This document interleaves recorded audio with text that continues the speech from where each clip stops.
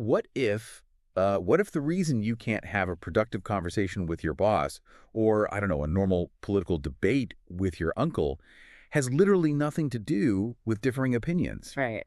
But actually it's because you've both sort of quietly stopped breathing the same air. Yeah, that is the exact issue. Welcome to today's deep dive. So we're looking at something that functions as the invisible infrastructure of every human connection you have. It's a concept that is so fundamental to our society that we don't even notice it until it's gone, and then we're suddenly suffocating without it. That concept is good faith. It's a really striking way to look at it, I think, comparing it to oxygen. Yeah. Because when the air is sucked out of the room, panic sets in, everything just breaks down, people start thrashing around. And that panic is essentially the crisis we are navigating right now in our daily lives, in global politics. We're thrashing, often without even realizing what invisible element we've actually lost. Absolutely. And our guide for exploring this missing element today is an author named Tony Zampella. So for a little background, Tony Zampella is founder of Favana Learning Group, experts in contemplative learning to cultivate inner wisdom. Right. As a wisdom coach, guide, and leadership and learning consultant, Tony's work involves ontological inquiry, integral meta theory, and Buddhist psychology to sustain contemplative practice. So, okay, let's unpack this. Yeah, let's get into it. The core argument here is that our capacity to talk to one another is just collapsing. Not because the problems are too hard necessarily, Right. but because the foundational condition of good faith has severely eroded. Yeah, and we really have to be careful about definitions right away here. Because, Right. we use the phrase good faith constantly, usually to mean like someone is being polite or agreeable. Oh, for sure. Like, oh, they made a good faith effort. Exactly. But politeness is really just a surface level performance. I mean, holding the door for someone is polite. You can smile and nod at someone while, secretly trying to completely undermine them. Yeah. Good faith is the foundation beneath the floorboards. It's the absolute sincerity of your intention. Right. So it's an orientation toward honesty and helpfulness. Yeah. Zampella mentions the legal concept of bona fides, which essentially means acting without deception or like unfair advantage. Yes. It's honoring the spirit of an agreement, not just the technical letter of the law. Because, you can't write a contract that covers every single micro behavior two humans might engage in. No, of course not. You'd have an infinite document. Right. So the contract only actually works if both parties are operating with bona fides. And if we connect this to the bigger picture, you really start to see why this erosion is so dangerous. Good faith requires shared commitments. We have to agree on the terms of our inquiry. We have to remain faithful to what the other person is actually expressing and care enough about the truth to remain genuinely open to having our minds changed. Which is hard. It's incredibly hard. That orientation takes time. It requires a lot of vulnerability. And in our current environment, we are actively disincentivized from doing literally any of that. We absolutely are. I mean, our current landscape, especially online, it doesn't just fail to encourage good faith. It actively rewards bad faith. Oh, totally. Like deliberate deception, subtly distorting someone's argument to make them look ridiculous, strategic misrepresentation. These aren't just like unfortunate exceptions anymore. No, they're the root. They are the primary tactics for winning. They win visibility, right. In an economy where attention is the ultimate currency, bad faith is incredibly profitable. Yeah. Nuance and genuine inquiry are slow, they're boring, and they're quiet. Bad faith is loud, it provokes outrage, and outrage gets clicks. But wait, if we know this, if we know bad faith is toxic, why is it displacing good faith so thoroughly, even at the highest levels of business and leadership? I mean, the material brings up a recent New Yorker profile on Sam Altman and OpenAI. How does that fit in? Yeah, so the Sam Altman profile is a perfect case study of how competing incentives operate, because it's rarely like a cartoonish, villainous plot to destroy truth. Right, he's not sitting in a lair tenting his fingers. Exactly. What happens is that other massive pressures enter the room. The drive for rapid innovation, staggering financial stakes, the need for a, first mover advantage in AI, or just managing public perception. Wow, yeah. When those incentives clash with the slow, methodical pursuit of truth and transparency, truth just gets quietly moved to the back burner. It's an efficiency calculation, really. Yeah. I mean, operating in good faith might mean admitting a flaw or slowing down a massive launch to build consensus. Bad faith, or at least a highly filtered strategic version of the truth, is just, well, it's faster. And because it's faster, it suffocates the oxygen of good faith. People convince themselves they aren't being deceitful. Yeah. They tell themselves they are just managing the narrative or playing the game. But the danger is how easily those competing incentives blur the signals until the commitment to truth is completely gone. But, I mean, most of us aren't tech billionaires making decisions about global AI architecture, right? Yeah. We're just trying to get through a Tuesday. Yeah, exactly. And this erosion of good faith, it's seeping into the most mundane daily interactions. It's in our office conference rooms. It's at our family dinners. There's this highly relatable story in the reading from a client meeting that perfectly illustrates this. Oh, the subtle reframing incident. Yes. Okay, so a client was in just a standard team meeting, and a colleague subtly altered a shared agreement. They phrased this new, slightly tweaked meaning as if it had already been discussed and universally agreed upon. Just slid it right in there. Exactly. It was a micro distortion. Yeah. And the kicker is nobody challenged it. The room just fell silent and they moved on. What's fascinating here is the unseen psychological fallout of that exact moment. To the person who twisted the words, they probably felt like they won a tactical victory, right? Yeah, they got their way. They navigated the meeting and got what they wanted.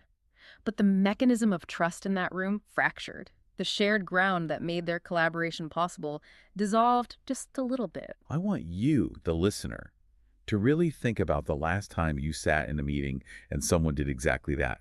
They spun a fact or misrepresented a past conversation, and you felt that ping of recognition in your gut, like, wait, that's not what happened. But you let it slide. Maybe you didn't want to look pedantic, or you just wanted to avoid a messy conflict. We do it to keep the peace, but the peace we are keeping is entirely hollow. Hollow is exactly the right word for it. When that trust dissolves, dialogue just collapses into performance. Wow, yeah. You stop having real meetings and start having theatrical productions where everyone is just managing their image. You get groupthink, or you get, heroic gesturing. Just grandstanding. Exactly. Listening ceases to be an act of understanding and just becomes a waiting period until it's your turn to launch a counterattack. Okay, so if bad faith is destroying our trust and making our meetings unbearable, why do we keep falling into these traps? I mean, we can blame social media algorithms or corporate incentives all day, but the author argues the most formidable obstacles actually arise from within us. Like, we're doing this to ourselves. We really are. The real impediments are our own internal blind spots. And the most insidious of these is what Tony Zampella calls blind faith. Okay, let me push back on that for a second. The phrase blind faith implies someone genuinely believes what they are saying. Yes, it does. If they are sincere, aren't they operating in good faith? I mean, they aren't trying to trick anyone. They aren't trying to deceive, no. But sincerity alone doesn't equal good faith. Blind faith masquerades as good faith because it feels righteous to the person holding it. I see. But it dismisses any need for inquiry. If you have blind faith in your position, you fiercely resist being changed by the conversation. You aren't open to the truth. You are just blindly committed to your current version of it. You've closed the door. That distinction makes a lot of sense. You can't have a shared commitment to truth-seeking if one person has already decided they hold the absolute truth. Exactly. So what drives that? Why do we lock our doors like that? The root cause lies in ego clinging. This is a concept explored deeply in Buddhist psychology. It's our human tendency to personalize our views. We don't just hold ideas, we grab onto them. Right. And there are two specific conditions driving this: attachment and identification. Okay, so I'm guessing attachment is when you enter a conversation needing to win. Like, you are fixated on a specific outcome, needing validation or needing to maintain control of the narrative. Yeah, that's the first layer. Your hands are clenched so tightly around your own argument that you literally couldn't catch a new piece of information if it was tossed right at you. Yeah. You are deeply attached to being right. Yeah. But the second layer, identification, is much deeper and honestly much more dangerous. That's so. Identification is when your views or your roles fuse completely with your sense of self. A belief is no longer just a tool you use to understand the world. It becomes who you are. Oh, wow. Tony Zampella gives a great example regarding difficult emotions. Instead of recognizing, like, I am experiencing failure right now, the ego identifies with the event and says, I am a failure. It internalizes it completely. Exactly. Instead of I feel sadness, it becomes I am this sadness. The belief becomes the identity. And when that fusion happens, mere disagreement ceases to be a difference of opinion. If your political stance or your workplace strategy is who you are, then someone disagreeing with you feels like a mortal threat. Yeah, it feels personal. Very personal. It feels like they are trying to erase your existence. Your nervous system reacts as if you were being physically attacked. Here's where it gets really interesting, but also incredibly tricky.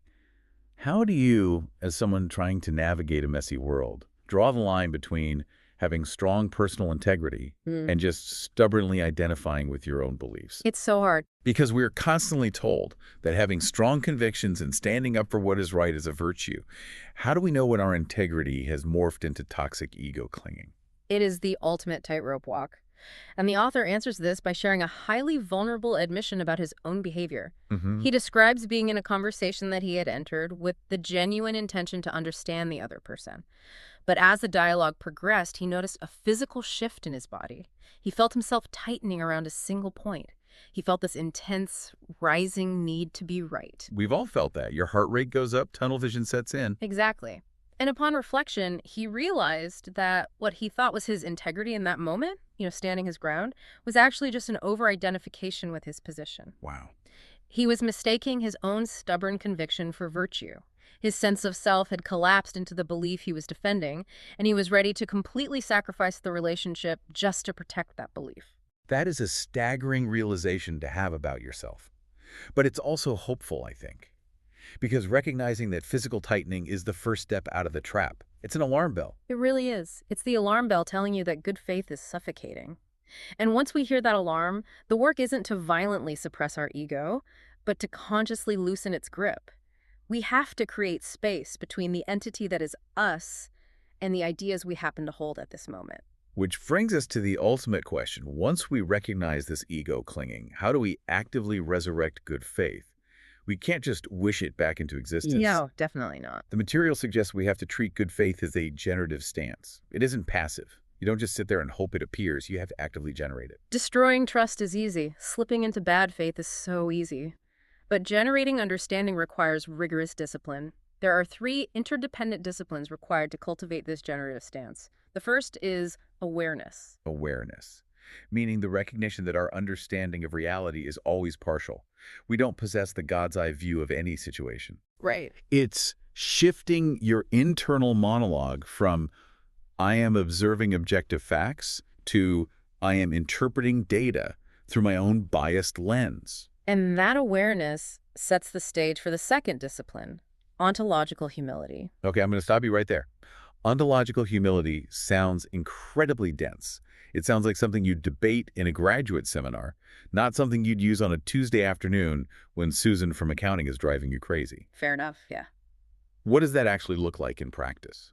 It's a heavy term for a very practical action, actually. It basically means holding your interpretations lightly. Let's use your example. Susan sends you a blunt, seemingly aggressive email. Oh, she does that all the time. Right. So your immediate interpretation is, Susan is disrespecting me and trying to undermine my project. That would be the ego identifying with the interpretation. Exactly. Ontological humility is taking a breath and saying, my current interpretation is that Susan is disrespecting me, but I am willing to be surprised. I am open to revising this perspective based on what I might learn if I actually talk to her. I mean, maybe Susan is under immense pressure from her boss. Maybe she communicates bluntly when she's stressed.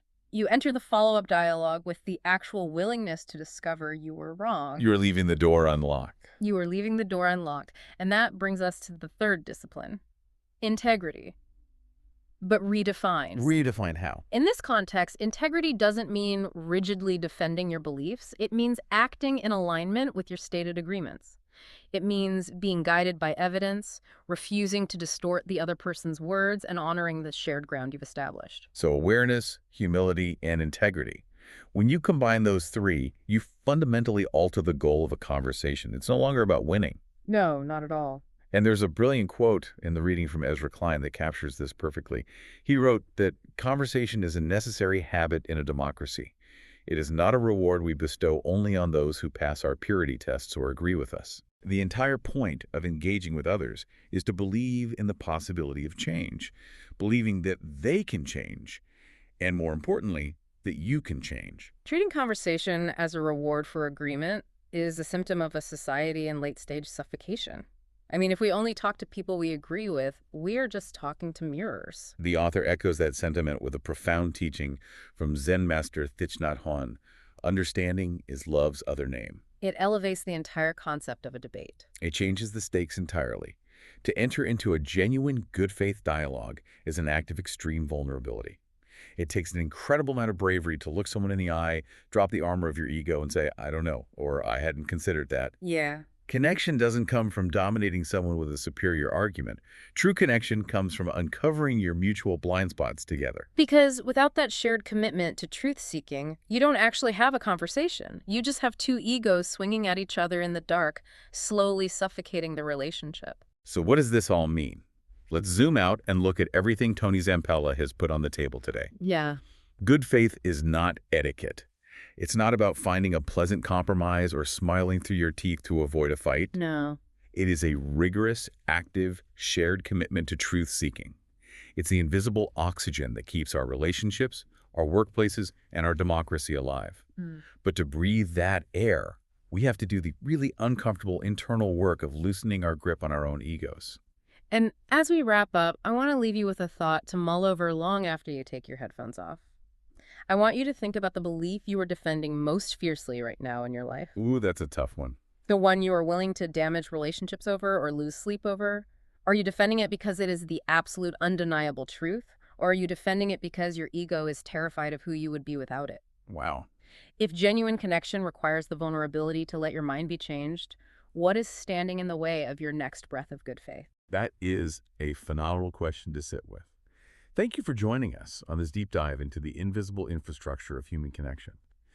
As you step back out into the noise of the world, we encourage you to practice taking a deep breath of that good faith oxygen, especially before your next difficult conversation.